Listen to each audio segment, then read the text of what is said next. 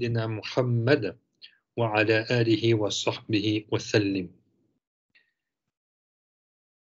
Donc on a dit dans le cours précédent qu'il n'est pas permis d'anticiper ou de reculer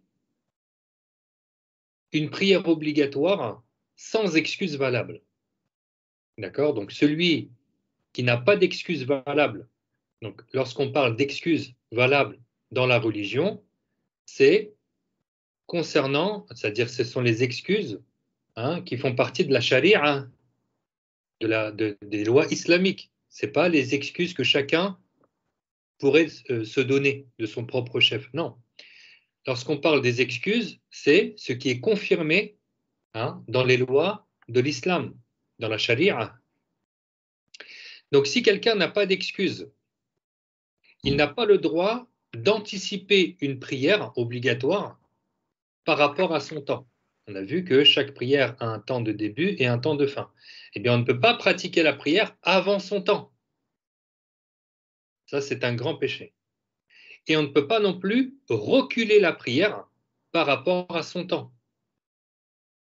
D'accord? Ça aussi, c'est un grand péché.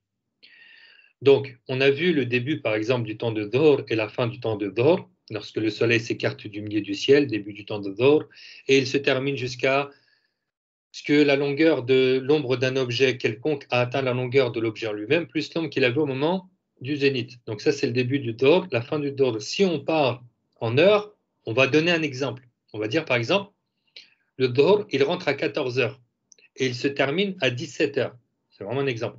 Donc la personne, elle a de 14 heures jusqu'à 17 heures pour accomplir la prière de Dhuhr. Ce qui est recommandé, c'est que la personne fasse la prière dès l'entrée du temps de la prière. D'accord? Dès l'entrée du temps, en faisant bien évidemment ses sunnan, c'est ce qui est recommandé. Par exemple, elle accomplit les rawatib. Mais elle ne peut pas reculer sa prière lorsqu'elle n'a pas d'excuse valable dans la religion. Donc si, d'accord, elle laisse tout le temps de Dhuhr se terminer jusqu'à ce que le temps du Asr rentre et qu'elle n'a pas fait le Dhuhr et qu'elle n'a pas d'excuse valable, c'est un grand péché. C'est un grand péché. On avait cité la ayah فَوَيْلٌ لِلْمُصَلِّينَ الَّذِينَ هُمْ عَنْ صَلَاتِهِمْ سَاهُونَ. Donc, al-wayl, c'est un grand châtiment de la part de Allah Ta'ala pour celui, pour la personne qui retarde la prière par rapport à son temps, sans excuse valable. Donc, al-wayl, certains savants, ils ont dit que al-wayl, c'est un châtiment en enfer, un châtiment par la rouille. Un châtiment par la rouille, c'est une rivière de rouille. Vous voyez la rouille, quand le fer il est oxydé, eh bien ça fait de la rouille. Et donc en enfer, ça sera une rivière de rouille. Donc c'est très chaud, par lequel la personne elle sera châtiée. Donc c'est-à-dire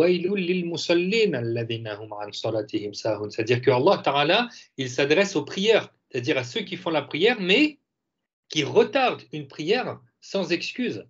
D'accord? Alors que dire de ceux qui ne font pas du tout la prière?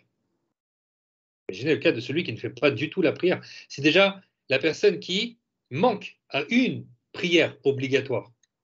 Elle ne la fait pas dans son temps respectif, sans excuse valable. Elle manque à une prière, elle est menacée de al-wayl, un grand châtiment de la part de Allah. Alors que dire de celui qui ne fait pas du tout la prière?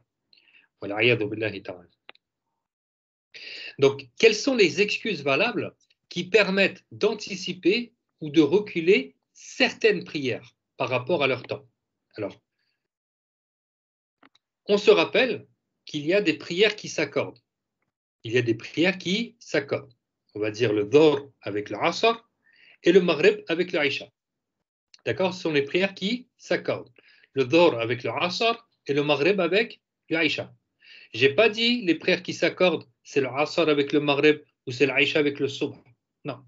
Les prières qui s'accordent, c'est le Dhuhr et le Asr et le Maghrib et le Isha. Donc quelqu'un qui a le statut de voyageur, il peut soit reculer la prière du Dhuhr dans le temps du Asr,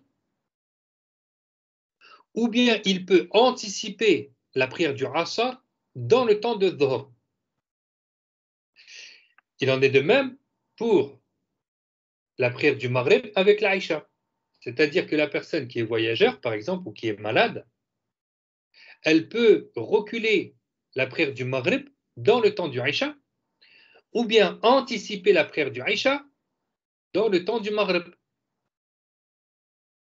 Et elle peut bénéficier d'une autre permission qui est le qasr, c'est-à-dire le raccourcissement du nombre de rak'ah pour les prières qui se composent de 4 rak'ah, comme le Dhuhr, le Asr et de l'Aïcha. Ces prières-là sont de 4 rak'ah. Eh bien, la personne peut faire ces prières en 2 rak'ah. Donc, elle peut faire la prière de Dhuhr en 2 rak'ah, elle peut faire la prière du Asr en 2 rak'ah, et elle peut faire la prière du Aïcha en 2 rak'ah. Pour la prière du Maghrib, on la laisse en 3 rak'ah.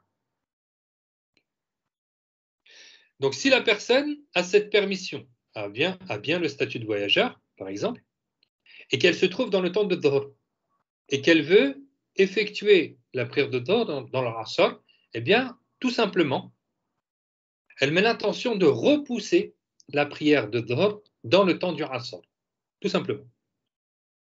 Si elle est dans le temps du Maghrib et qu'elle veut faire le Maghrib dans le temps du Aïcha, eh bien, elle met l'intention de repousser la prière du Maghrib dans le temps du Aïcha, tout simplement.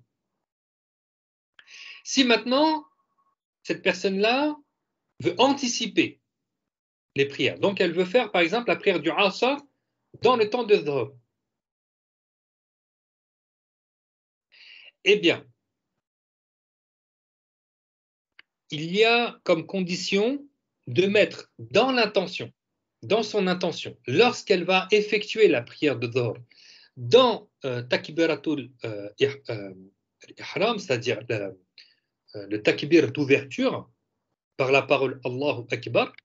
Donc lorsqu'elle va dire la parole Allahu Akbar, donc elle met l'intention de faire sa prière obligatoire de Dhuhr, elle peut mettre l'intention de la faire en 2 rak'ah, puisqu'elle a cette permission, et elle met l'intention d'anticiper la prière du Asr dans le temps de Dhuhr.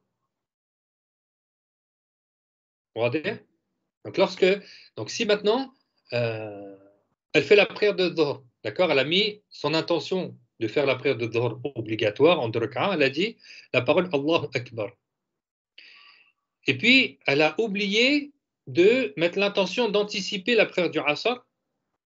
On va prendre un avis où elle peut mettre cette intention avant la fin de la prière de Dhuhr.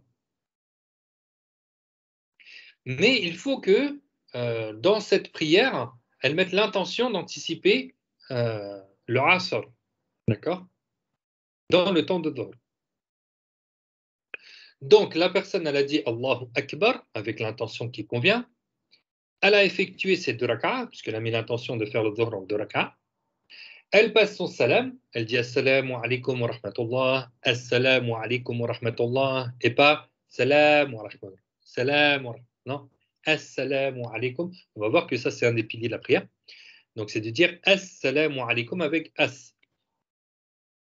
Donc, elle a dit Assalamu alaikum wa rahmatullah barakatuh, Assalamu alaikum wa rahmatullah. Puis, elle va se relever, puisqu'elle a mis l'intention d'anticiper la prière du Asr dans le temps de Dhuhr.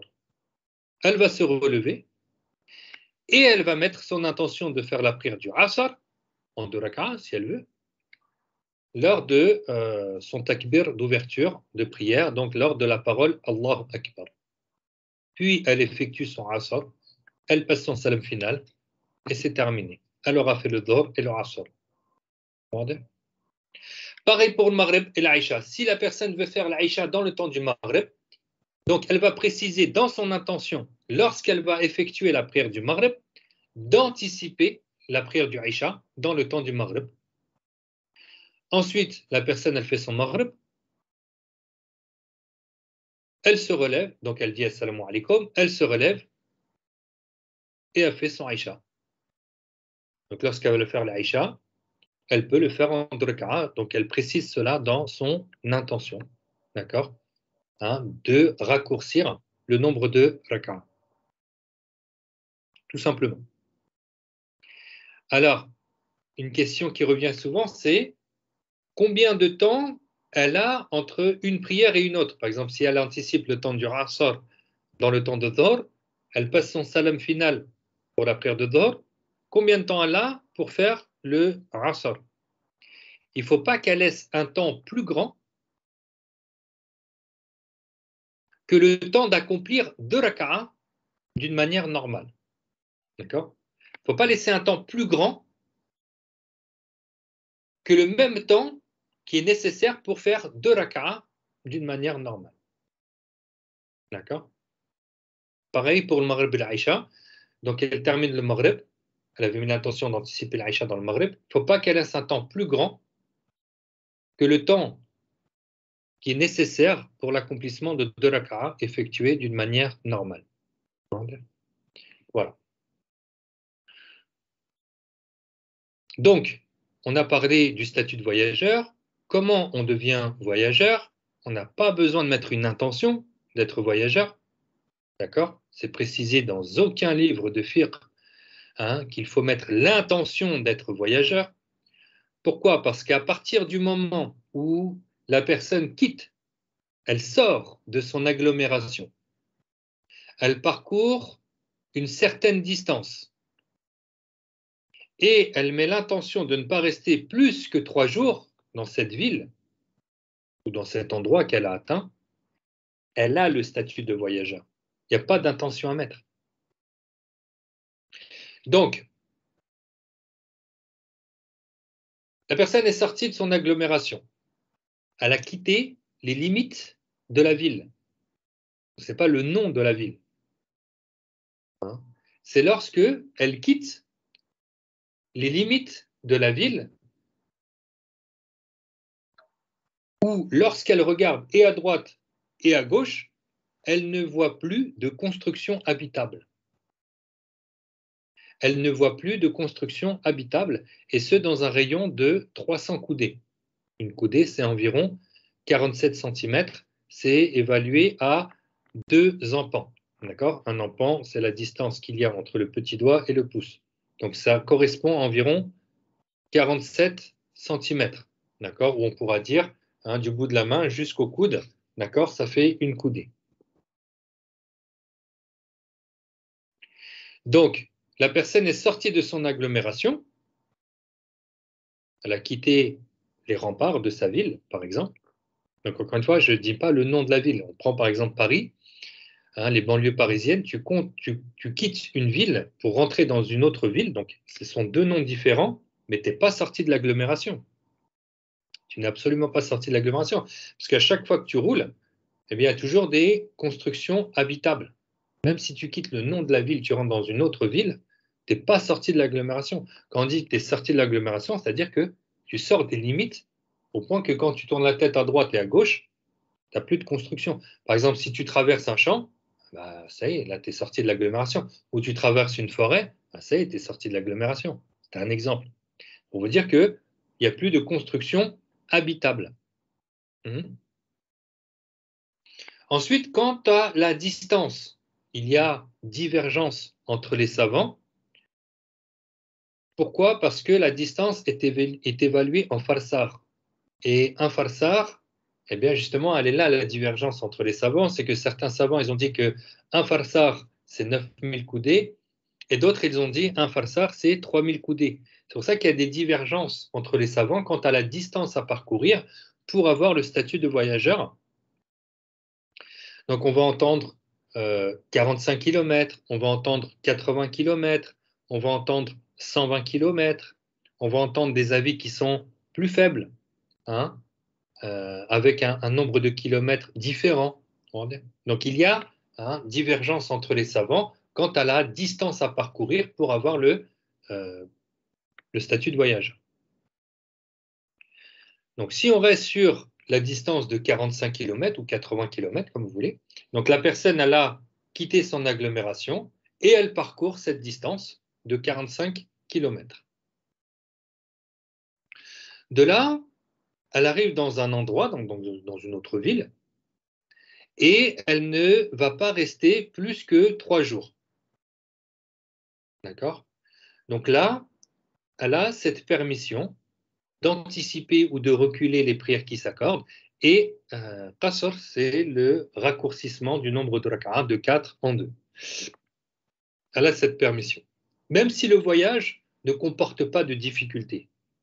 Même si le voyage ne comporte pas de difficultés, comme l'ont dit les mujtahid mutlaq, l'imam Shafi'i, l'imam Malik, l'imam Abu Hanifa, l'imam Ahmed ibn Hanbal. Peu importe ce que vous entendez aujourd'hui, hein, à partir du moment où la personne sort de son agglomération, parcourt une certaine distance, met l'intention de ne pas rester un certain nombre de jours dans la ville, elle a le statut de voyageur. Après, on va retrouver encore d'autres divergences entre les savants. Nous, on reste sur le fiqh shafi'i, d'accord? Nous, on reste sur le fiqh shafi'i. Et lui, il te dit que si la personne elle ne reste pas plus que 4 jours, donc elle n'est pas résidente, elle est donc voyageur. Les 4 jours ou les 3 jours, comment ils se comptent? Comment se comptent les 3 jours? Si tu arrives le lundi avant le sobh, tu vas compter lundi, mardi, mercredi, et donc le jeudi, on rentre dans le 4e jour. Il faut quitter la ville avant le maghrib du jeudi. D'accord? Ça, on a dit qu'il ne faut pas rester plus que 3 jours. Ou on dira plus que 4 jours, outre les jours d'arrivée et de départ. Donc pour simplifier, on va dire on ne va pas rester plus que 3 jours. Si tu arrives dans la ville avant le sobh, tu arrives en pleine nuit en fait, avant le sobh, eh bien là tu comptes le jour. Donc si tu arrives le lundi avant le sobh, tu comptes lundi, mardi, mercredi, et donc le jeudi, il faudra quitter la ville avant le maghrib. Si maintenant tu arrives le lundi après le sobh, tu ne comptes pas lundi. Ça, c'est ton jour d'arrivée. On ne le compte pas celui-là.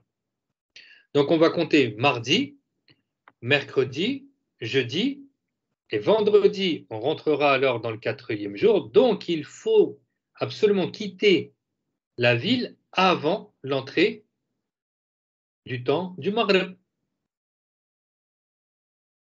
D'accord? Je répète, c'est juste un exemple. Si tu arrives lundi, tu peux arriver mardi ou mercredi après le saut. C'est pareil, ce jour-là, tu ne le comptes pas. Le jour d'arrivée, tu ne le comptes pas. Pourquoi? Parce que tu es arrivé après le saut. Donc si tu arrives lundi après le saut, là tu comptes mardi, mercredi, jeudi et vendredi avant le Maghreb, il faudra quitter la ville. Sinon, tu seras considéré comme un résident. On va dire. Alors, si quelqu'un, il avait mis l'intention de ne pas rester plus que ces 3 jours-là. Donc le premier jour, il a fait les prières du voyageur. Le deuxième jour, il a fait la prière du voyageur. Et le troisième jour, il lui arrive un imprévu qui le contraint à rester dans cette ville. Donc là, maintenant, il sait qu'il va rester plus que 3 jours dans la ville qu'il a atteint. Ok, là, il fait ses prières normales. Mais il n'a pas rattrapé tout ce qu'il a fait auparavant en tant que prière du voyageur. Pourquoi? Parce que lui, sa niya, c'était de quitter la ville avant la fin de ces 3 jours. Donc, ça reste valable. Maintenant, il a eu cet imprévu, ou bien il doit rester plus que ces 3 jours-là, il va rester 5 jours. Là, il fait ses prières normales, chaque prière dans son temps, d'accord, avec le nombre de rak'a respectifs. On va dire. Si maintenant, il a le statut de voyageur, il n'est pas obligé de rassembler les prières qui s'accordent, il n'est pas obligé de raccourcir le nombre de rak'a. S'il veut, même en étant voyageur, et c'est ce qui est requis, c'est de faire chaque prière dans son temps, avec le nombre de rak'a respectifs. On va dire. Alhamdulillah. La première chose que Adam, Sayyidina Adam, alayhi salam, a fait lorsqu'il lui a été insufflé l'âme, son âme qui est honorée par Allah Ta'ala, c'est qu'il a éternué. Et la première chose qu'il a dite, Sayyidina Adam, alayhi salam, c'est Alhamdulillah. Yahdikumullahu wa yusrihu balakum. Barakallahu fik.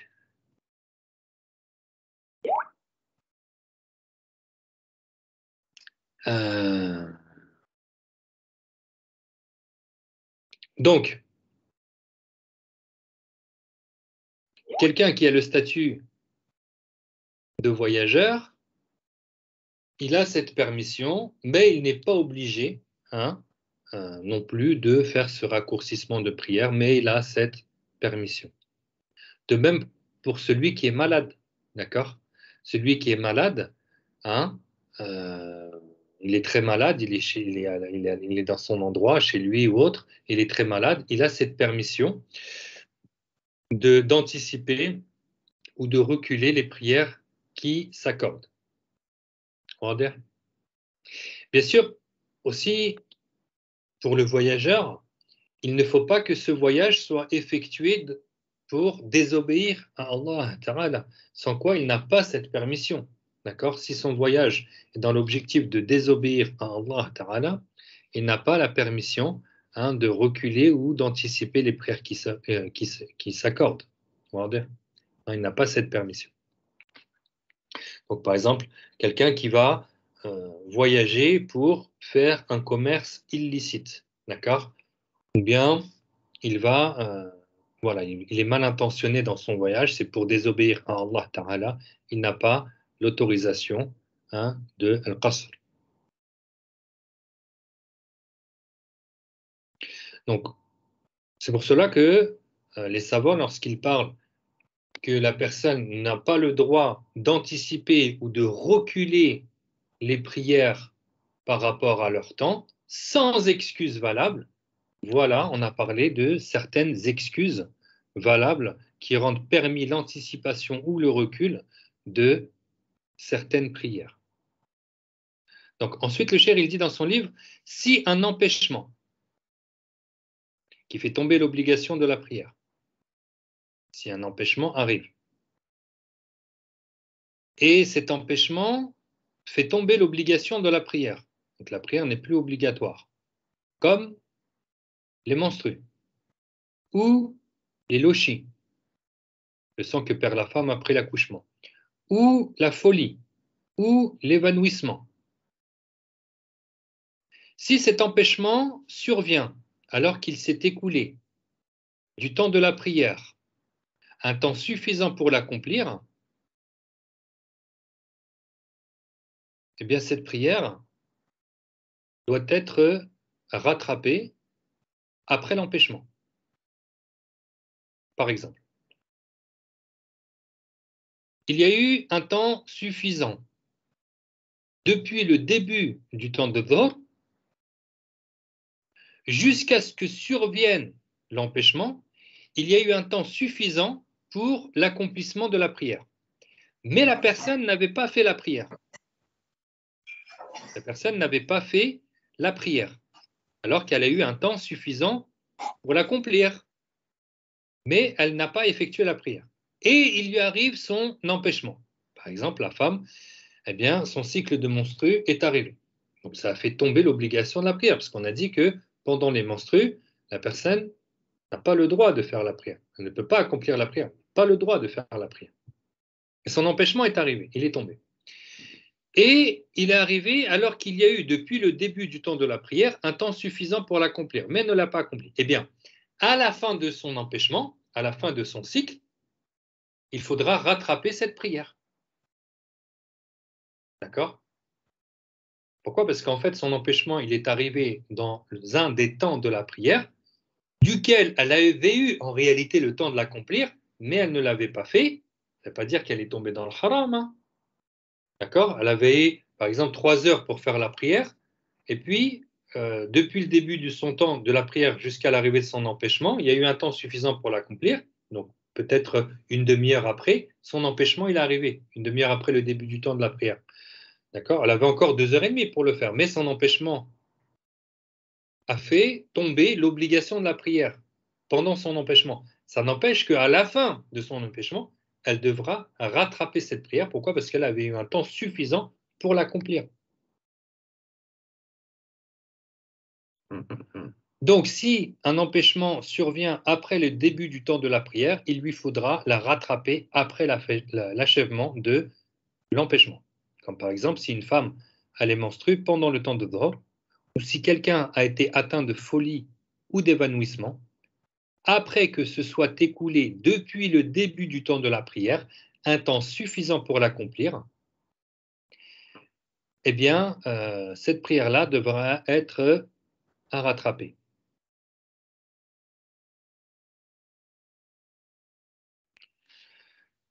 Et on va rajouter un temps supplémentaire depuis le début du temps de la prière.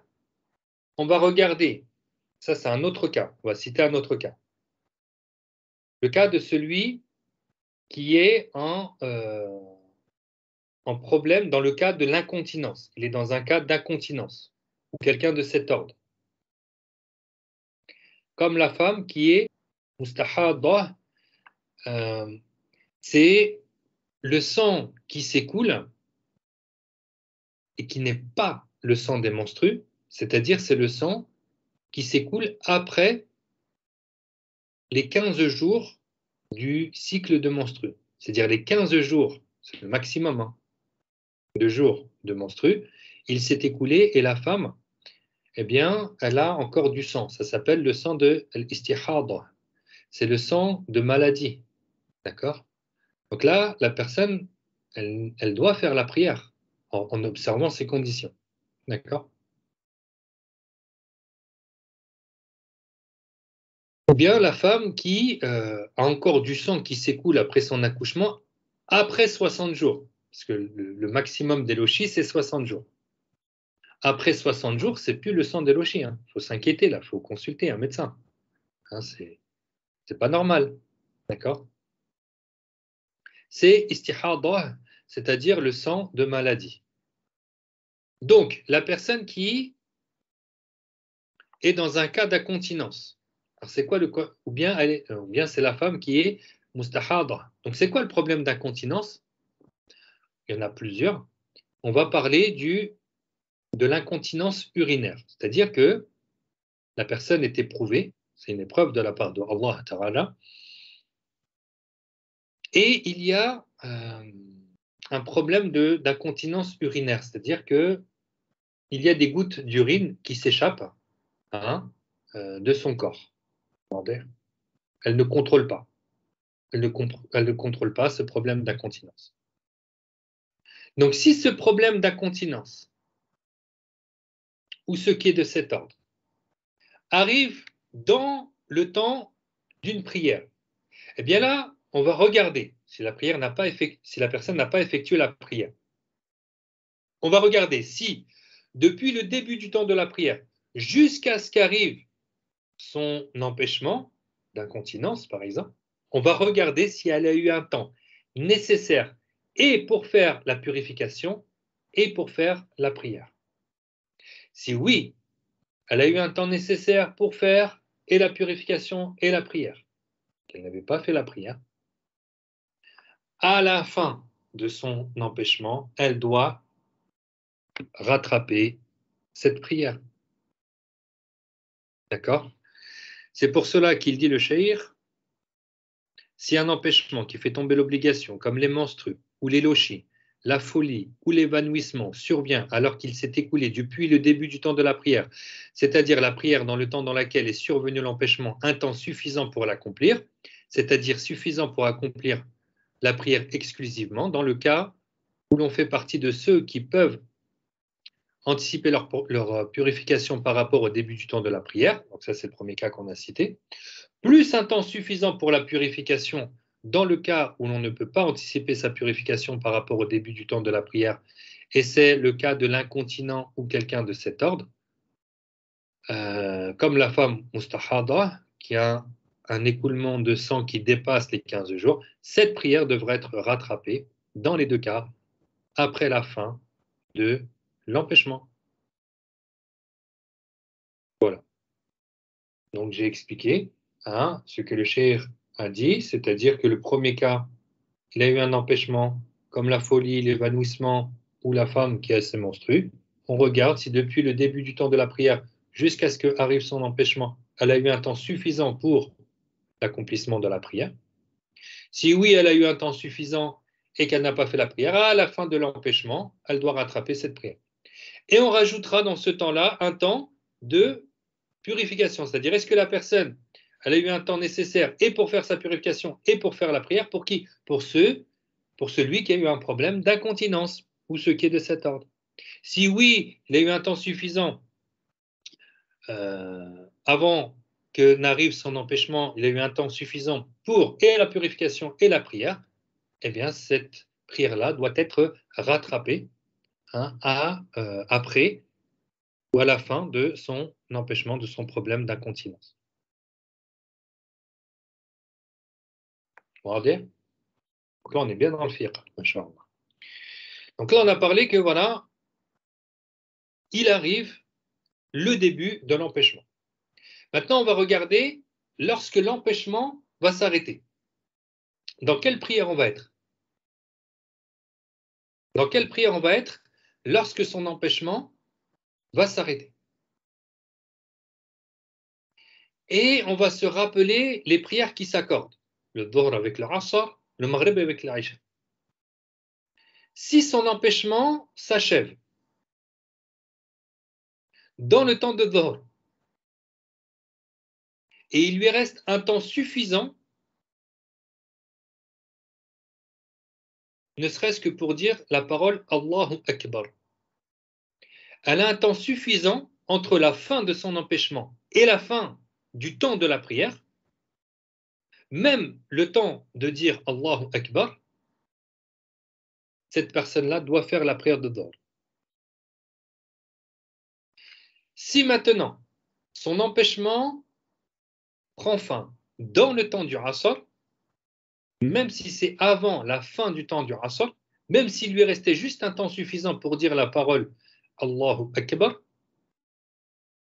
elle devra, puisque son empêchement s'arrête dans le temps du Asr,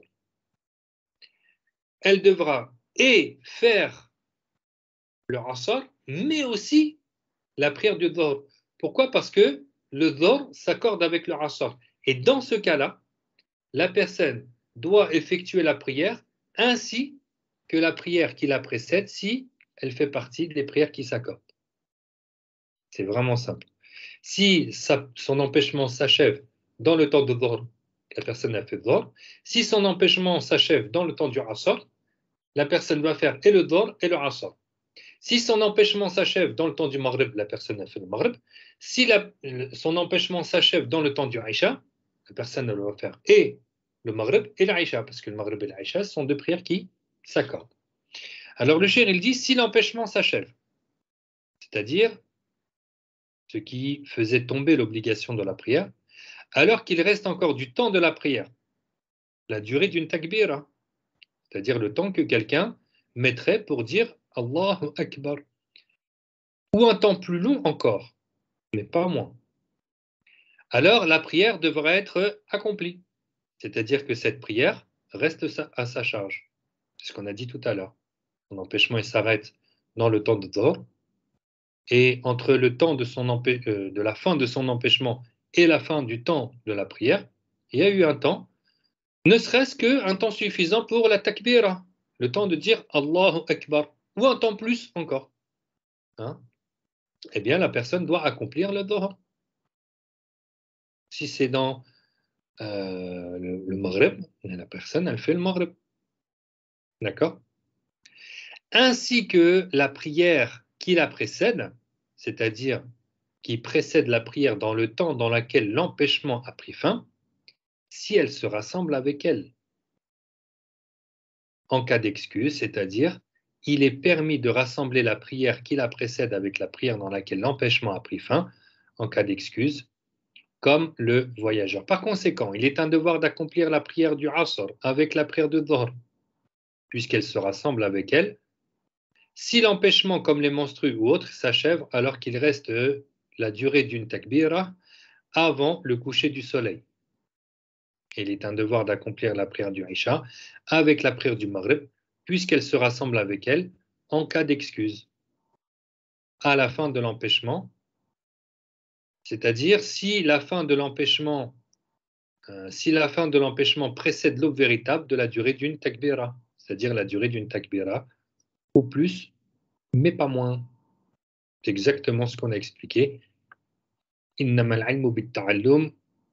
Alhamdulillah qu'on a des enseignants qui nous expliquent ce que les savants disent dans leurs livres, parce que le bouquineur, s'il lit cela, qui est en arabe de base, j'ai peur de sa compréhension. Nous avons compris ce que le cheikh, le savant, a dit, c'est que si l'empêchement s'achève alors qu'il reste du temps de la prière, le temps de dire Allahu Akbar, elle doit être faite, ainsi que la précédente, si elle se rassemble. Ainsi, on devra accomplir la prière du Asr avec la prière de Dhuhr, si l'empêchement s'achève alors qu'il reste un temps suffisant pour dire Allahu Akbar avant le coucher du soleil. Avant le coucher du soleil, c'est quelle prière? C'est l'Asr. Lorsque le soleil a complètement disparu, commence le temps du Maghrib. Donc s'il reste un temps suffisant avant le coucher du soleil, même le temps d'une takbira, le temps de dire Allahu Akbar, la personne fera le Asr et le Dhuhr parce que c'est une prière qui se rassemble. Ce sont deux prières qui se rassemblent. Et la prière du Isha avec la prière du Maghrib, si la fin de l'empêchement précède l'aube véritable d'un temps suffisant pour dire Allahu Akbar. C'est la même chose. Sauf que là, on est dans le temps du Isha, donc il lui est resté un temps suffisant avant l'apparition de l'aube véritable, même un temps aussi court qu'une takbira ou plus. La personne doit accomplir l'Aïcha ainsi que le Maghrib, ainsi que la précédente, si elle fait partie des prières qui s'accordent. Et en l'occurrence, le Maghrib s'accorde avec l'Aïcha, donc la personne accomplira et l'Aïcha, mais avant cela, elle fera le Maghrib. Elle fera le Maghrib dans le temps de l'Aïcha, si elle a le temps, dans le temps du Aïcha, de faire et le Maghrib et l'Aïcha. Si elle n'a qu'un temps nécessaire pour l'accomplissement de l'Aïcha et qu'elle n'a pas le temps de faire et le Maghrib et l'Aïcha dans le temps du Aïcha, elle fait l'Aïcha. D'accord? Parce que c'est une obligation de faire les prières, chacune des prières dans leur temps. Et ensuite, elle fera le Maghrib. Ok?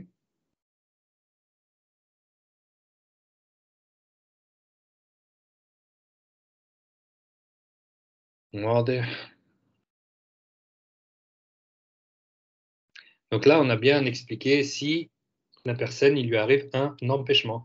Donc, c'est pour cela qu'il faut prendre l'habitude de noter quand est-ce que l'empêchement est arrivé pour savoir si on a effectué la prière. Si on a effectué la prière dans son temps, si on ne l'a pas fait et que l'empêchement est arrivé, et qu'il y a eu un temps suffisant pour l'accomplir, d'accord, à la fin de l'empêchement, il faut rattraper cette prière. Puis, lorsqu'arrive l'achèvement de cet empêchement, on regarde dans quel temps de prière on est, d'accord, et on regarde la précédente, s'il fait partie des prières qui s'accordent. Et on effectuera les prières qui conviennent. Si c'est un problème d'incontinence, on regarde depuis le début du temps de la prière jusqu'au problème d'incontinence. Est-ce qu'il y a eu un temps suffisant pour faire et la purification et la prière? Si oui, et que la personne ne l'a pas fait, donc à la fin de son empêchement, elle devra rattraper cette prière. Et c'est pareil, on regarde à la fin de l'empêchement dans quel temps de prière la personne se retrouve. Tout simplement.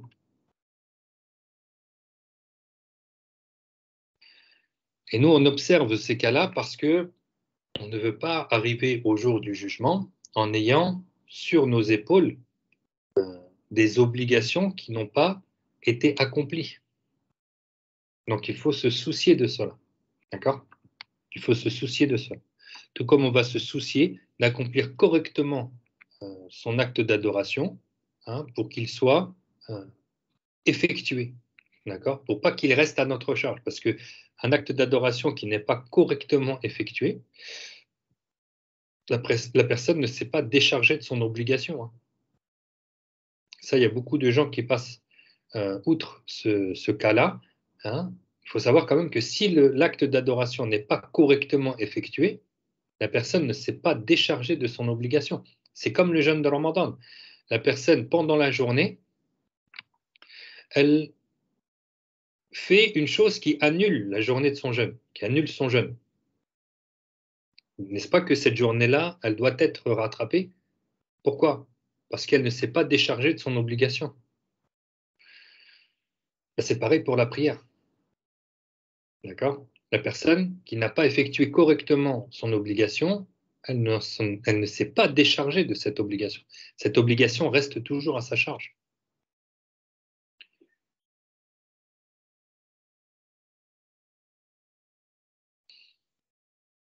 Le cheikh poursuit chapitre dans le livre et il dit chapitre concernant ce qui est un devoir pour les tuteurs des garçons et des filles. Il est du devoir, donc c'est encore une fois une obligation qui incombe du tuteur du garçon et de la fille capable de discernement, donc qui sont tamises. Donc la capacité de discernement consiste à pouvoir comprendre la conversation et savoir répondre.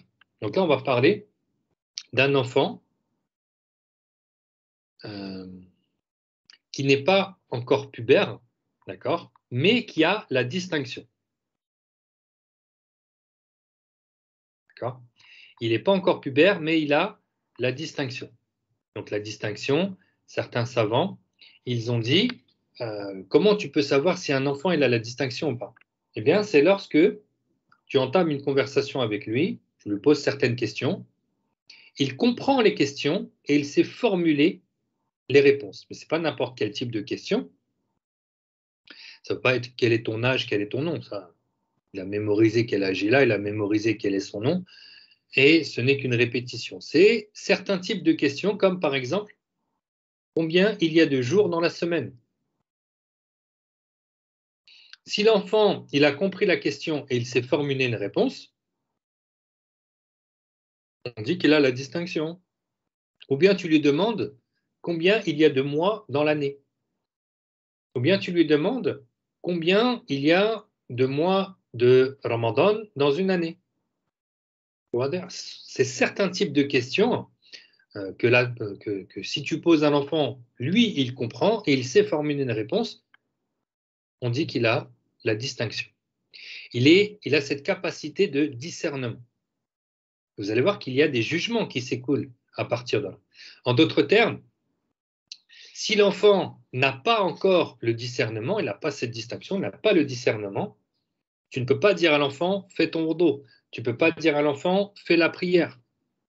Il n'a pas le discernement. D'accord? Il n'a pas, il n'est pas dans les conditions de validité, il ne remplit pas les conditions de validité, que ce soit de la purification